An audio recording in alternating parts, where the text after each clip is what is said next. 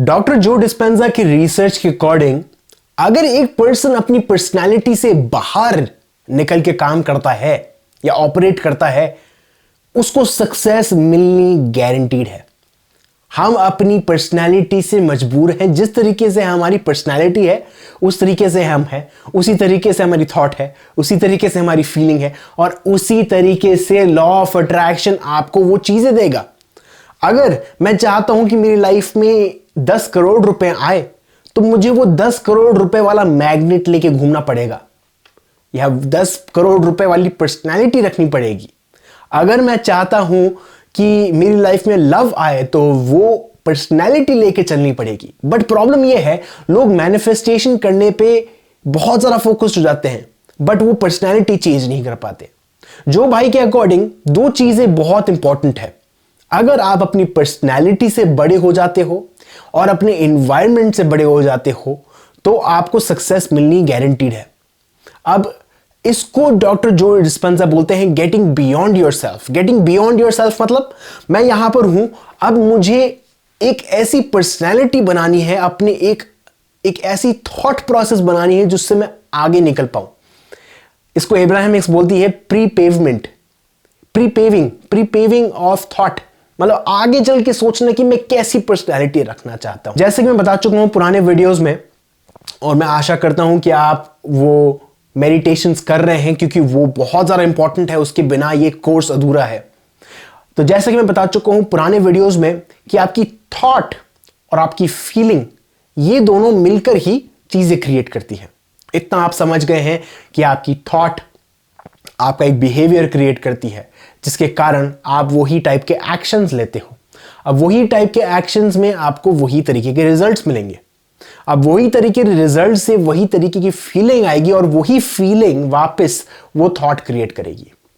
तो हम ये बोल सकते हैं कि 95% रिसर्च के अकॉर्डिंग 95% जो थॉट्स आज मेरे पास मन में है वो कल मेरे मन में वापस होंगी और वो परसों होंगी। तो 95% थॉट प्रोसेस जो है, जिस टाइप की थॉट्स चलती है आपके माइंड में वो सेम है। तो अब सेम क्यों है? क्योंकि हमारी फीलिंग वहां पर अटकी हुई है।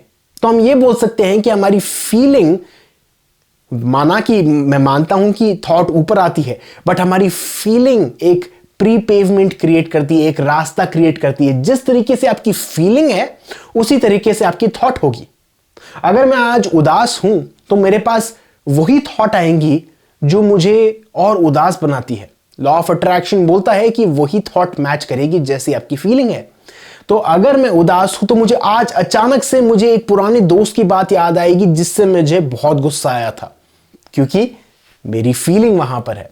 तो हम ये बोल सकते हैं कि हम अपनी फीलिंग से ही थॉट क्रिएट करते हैं। अब हमारी फीलिंग बन चुकी है नई थिंकिंग। हमारी फीलिंग बन चुकी है नई थिंकिंग, और बात यह है दोस्तों कि हमारी फीलिंग बहुत ही ज्यादा फेमिलियर है। अब इसका मतलब क्या हुआ? हमारी जो फीलिंग है वो पर्टिकुलरली हमारी बॉडी से अटैच है।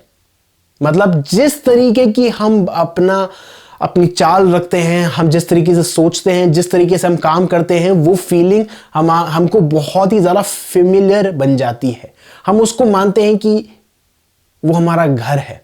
अगर सुबह उठकर मुझे उदास होने की आदत है तो वो एक फेमिलियर बन जाएगा, फेमिलियर बैकग्राउंड बन जाएगा।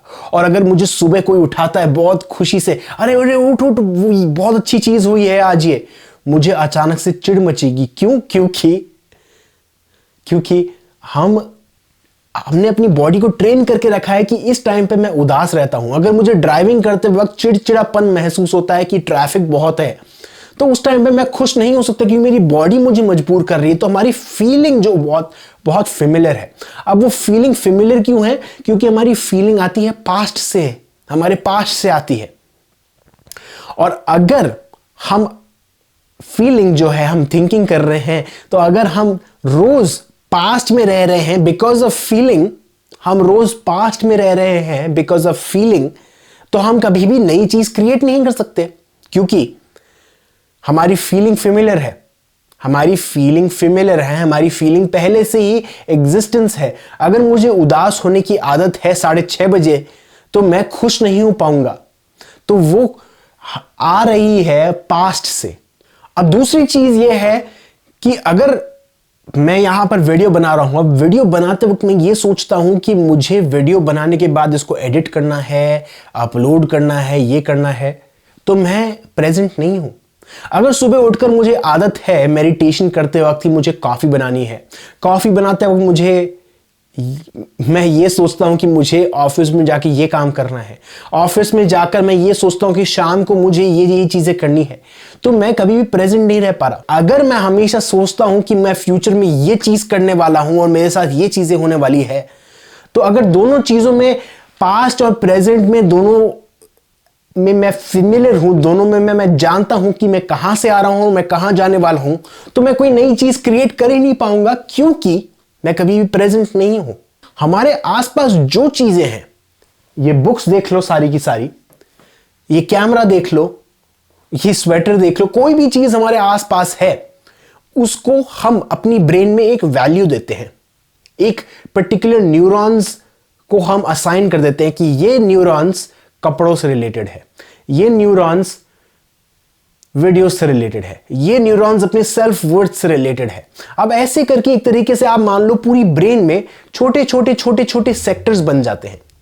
अब इन सेक्टर्स में ये चीजें एक साथ काम करती है। जैसे मैं पुराने वीडियोस में बता चुका हूं, neurons that wire together fire together.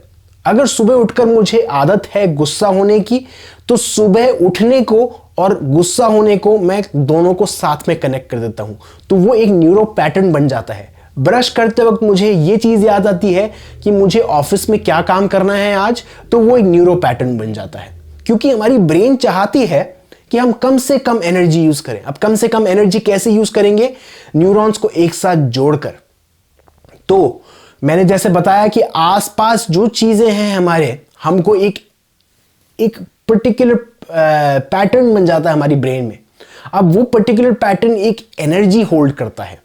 अब जैसे कि मैंने बताया, हमारा पास्ट फेमिलियर चीजें क्रिएट करता है, हमारे पास्ट से ही हम जिस तरीके से अभी फील कर रहे हैं वो वहां से आ रहा है, और हम हमेशा ये सोचते हैं कि आने वाले टाइम में मैं क्या करने वाला हूं। और दूसरी इंपॉर्टेंट चीज, हमारे आसपास जो भी इनपुट आ रहा है, जो चीजें सुनते हैं, जो चीजें सूंघते हैं, जो चीजें हम खाते हैं, जो चीजें हम देखते हैं, उससे एक न्यूरो पैटर्न पैदा होता है हमारी ब्रेन में। वो भी हमको जिस तरीके से हम फील करेंगे वो हमको याद दिलाएगा। अगर स्मोकिंग करते वक्त मुझे अपने चाचा की याद आती है जो मुझे बहुत ज्यादा मारते थे, तो मुझे स्मोकिंग के धुएं से नफरत हो जाएगी। और अचानक से अगर मैं बस स्टॉप पे खड़ा हूं, मुझे स्मोकिंग की खुशबू आती, तो मैं घबरा जाऊंगा अचानक से। अब वो हमने एक पैटर्न बना रखा है हमारी ब्रेन में। अब तो डॉक्टर जो डिस्पेंजा ये बोलते हैं कि हमको ब्रेक दबाना चाहिए, अभी ब्रेक लगाना चाहिए, हिट द ब्रेक्स। अब इसमें इसका मतलब यह है कि हमको डीफेमिलियराइज होना पड़ेगा। डीफेमिलियराइज मतलब जो चीजें हम जानते हैं उनको अनजाना क्रिएट करना पड़ेगा। अब वो कैसे क्रिएट करते हैं मैं आपको बोर्ड पे समझाऊंगा, क्योंकि बहुत ही इंपॉर्टेंट टॉपिक है।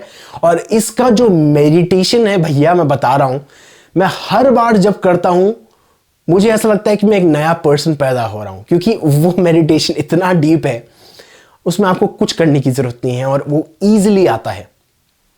अब जैसे मैंने बताया कि हर एक पर्सन को एनर्जी मिलती है, वो एनर्जी हम दो चीजों में यूज करते हैं। हम अपने पास्ट में पास्ट की फीलिंग्स जगाते हैं, जिसके कारण हम वही एक्शन लेते हैं, या फिर हम प्रेजेंट में रहकर हम फ्यूचर की सोचते हैं। इनफैक्ट प्रेजेंट में रहते ही नहीं, हम फ्यूचर की सोचते रहते हैं। और हमारे आसपास जो सेंसरी इनपुट आता है, जिसके कारण हमारे पास वो ही फीलिंग क्रिएट होती है। अब प्रॉब्लम यह है कि वो जो एनर्जी हमको मिल रही है यूनिवर्स के थ्रू, जो प्राणा मिल रहा है हमको, जो क्रिएटिव एनर्जी मिल रही है, हम उसको वेस्ट कर रहे हैं। वेस्ट कैसे कर रहे हैं? पास्ट की सोच के, फ्यूचर की सोच के। तो यहां पर बोर्ड पे चलते हैं। हमारा पास्ट यहां पर है, हमारा फ्यूचर यहां पर है। अब बीच में जो बचती है बहुत ही इंपॉर्टेंट चीज है, वो है प्रेजेंट। उस प्रेजेंट में ही हम क्रिएटिव एनर्जी को यूज कर सकते हैं।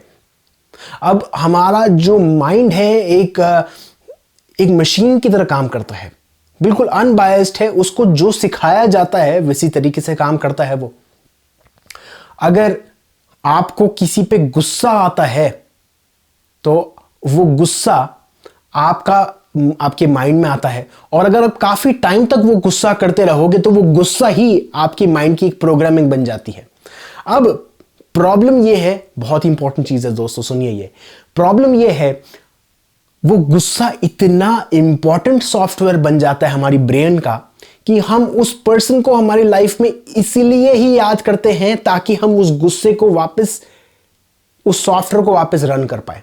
मतलब अगर मुझे एक पर्सन पे गुस्सा आता है, मेरा दोस्त हो मान लो, अब मैं उस दोस्त को अपनी लाइफ में इसलिए ही रखता हूं, उससे दूर नहीं निकलता, जस्ट बिकॉज मैं जानता हूं कि वो पर्सन पे मुझे गुस्सा आएगा, जिसके कारण वही सेम प्रोग्रामिंग रन करेगी, जिसके कारण मुझे एक अजीब सी खुशी महसूस होगी। अब वो खुशी भी नहीं है, वो ईगो का काम है। वो ईगो चाहता है कि हम वहां पर रहे, वो वेल टिकी रहे, उसमें कोई नेगेटिव चीज नहीं है, उसका फंक्शन ये है। अब हमको, मैंने जैसे बताया, हमको अपनी पर्सनैलिटी से बड़ा होना पड़ेगा, तो उसमें हमारे पास ये प्रेजेंट मोमेंट है। अब जो मेडिटेशन हम करने वाले हैं, उसमें मेडिटेशन करते वक्त आपका ईगो जरूर बीच में आएगा, आपका माइंड जरूर बीच में आएगा, बोलेगा कि नहीं नहीं नहीं मुझे मेडिटेशन करना नहीं आता, या फिर आपका माइंड बोलेगा अरे मुझे वो चीज़ करनी चाहिए, मुझे वो चीज़ करनी चाहिए, या आपको नींद आने लग जाएगी। अलग अलग तरीके से आपका माइंड आपके साथ ट्रिक्स खेलेगा। अब आपको ये चीज याद रखना है कि जब भी कभी वो माइंड चालू होता है और आप अब अपना अवेयरनेस, अपनी अटेंशन वापस खींच के अपने नो माइंड पे लेकर आते हो, अपने मेडिटेशन में लेकर आते हो, तब आपका मेडिटेशन काम कर रहा है। इनफैक्ट जब भी कभी आप नोटिस करते हो कि आपके माइंड में थॉट आई, तब आपका मेडिटेशन काम कर रहा है। और तब ही बहुत जरूरी बात यह है कि आपको यह जानना जरूरी है आपका मेडिटेशन एक्चुअली काम कर रहा है, क्योंकि वो थॉट आपके सामने आती ही नहीं, आपको पता भी नहीं चलता। आपके सामने वो थॉट आई कि आप मेडिटेशन कर नहीं सकते, आप एक गुड मेडिटेटर नहीं हो, या आसपास बहुत ज़्यादा आवाज़ है, लोग शांत क्यों नहीं रहते जब मैं मेडिटेशन करता हूँ, मुझे इस घर में स्पेस क्यों नहीं मिलती, सब लोग इतना बात क्यों करते हैं, बाहर इतना नॉइज़ क्यों है। ये सारी चीज़ें जो है हमारा माइंड चाहता है कि ये आए, बट आपको माइंड से बड़ा होना पड़ेगा और आपको ये देखना पड़ेगा कि ये आपके माइंड का गेम है और उसको समझ के इग्नोर करना, उसकी वॉल्यूम कम करनी है। उसकी वॉल्यूम कैसे कम करते हैं वो आने वाले वीडियोस में हम बात करेंगे, बट आज उस मेडिटेशन को मैं समझाना चाहता हूं और ये सबसे इंपॉर्टेंट चीज है इस पूरे कोर्स की। ये आप देख रहे होंगे कि ये पैटर्न बनाया है मैंने। अब इस पैटर्न को आप ये देख सकते हो, ये कंप्लीट ब्लैकनेस है, ये कंप्लीट ब्लैकनेस है। अब ये ब्लैकनेस कहां से आती है? ये ब्लैकनेस आती है, मैं अपनी कैमरा सामने लेके आता हूं, और ये ब्लैकनेस हम सोच सकते हैं, हम एक तरीके से क्रिएट कर सकते हैं हमारी माइंड में, हमारी आंखों में, जब भी कभी हम अपनी आंखें बंद करते हैं और मेडिटेशन करने बैठते हैं। अब वो कैसे करते हैं? जैसे ही आप आंखें बंद करोगे, आपको मैं अपने मेडिटेशन में बताऊंगा कि आपको नो बॉडी बनना है। नो बॉडी, आपके पास कोई बॉडी नहीं है, आपको नो थिंग बनना है, कोई भी चीज नहीं हो आप नथिंग में हो, कहीं पे भी नहीं हो, ब्लैकनेस में हो, एम्प्टीनेस में हो, बिल्कुल एक नोवेयर, कोई भी पर्टिकुलर जगह पे नहीं हो आप। नो प्लेस, सेम चीज, कोई भी जगह पे नहीं हो आप। तो no thing, no place, no one, no time, nowhere, in nothing. ऐसी एक जगह पे पहुंचना है जहां पर आप pure pure pure pure pure consciousness हो और कुछ भी नहीं हो। तो आप अलग अलग तरीके से इमेजिन कर सकते हो। मैं पर्टिकुलरली इसको ऐसे इमेजिन करता हूं कि जैसे ही मैं मेडिटेशन करने बैठता हूं, मैं ये सोचता हूं कि मैं अर्थ पे बैठा हूं, और ये आप देख रहे हो, ये सूरज है यहां पर, बहुत ही छोटा है, और अर्थ पे मैं बैठा हूं, मैं मेडिटेशन कर रहा हूं, और धीरे धीरे धीरे करके मेरी बॉडी फ्लोट करने लग जाती है। अब वो जैसे ही फ्लोट करेगी, वो स्पेस में पहुंच जाएगी। अब स्पेस में मेरे को ये सूरज देखेगा, अर्थ देखेगा, छोटे छोटे छोटे छोटे तारे दिखेंगे। अब धीरे करके जैसे ही मेडिटेशन में मैं बोलता हूं नो बॉडी बनना है, तो ये बॉडी आपकी बिल्कुल डिसअपीयर होने लग जाएगी। नो प्लेस बोलता हूं तो आसपास जो सूरज है और तारे हैं वो भी ऑटोमेटिकली डिसॉल्व होने लग जाएंगे। नो वेयर, नो वन, आप अपनी पर्सनैलिटी भूल जाओगे, बिल्कुल आप कौन हो, और आपकी प्योर अवेयरनेस रहेगी, सिर्फ और सिर्फ अटेंशन रहेगा इस ब्लैकनेस में। तो मतलब आप ये ब्लैकनेस बन जाते हो, ये कॉन्शियसनेस बन जाते हो, और कोई भी पर्टिकुलर जगह पे नहीं हो आप, ना यहां पर हो ना यहां पर हो, और यहां पर भी हो और यहां पर भी हो।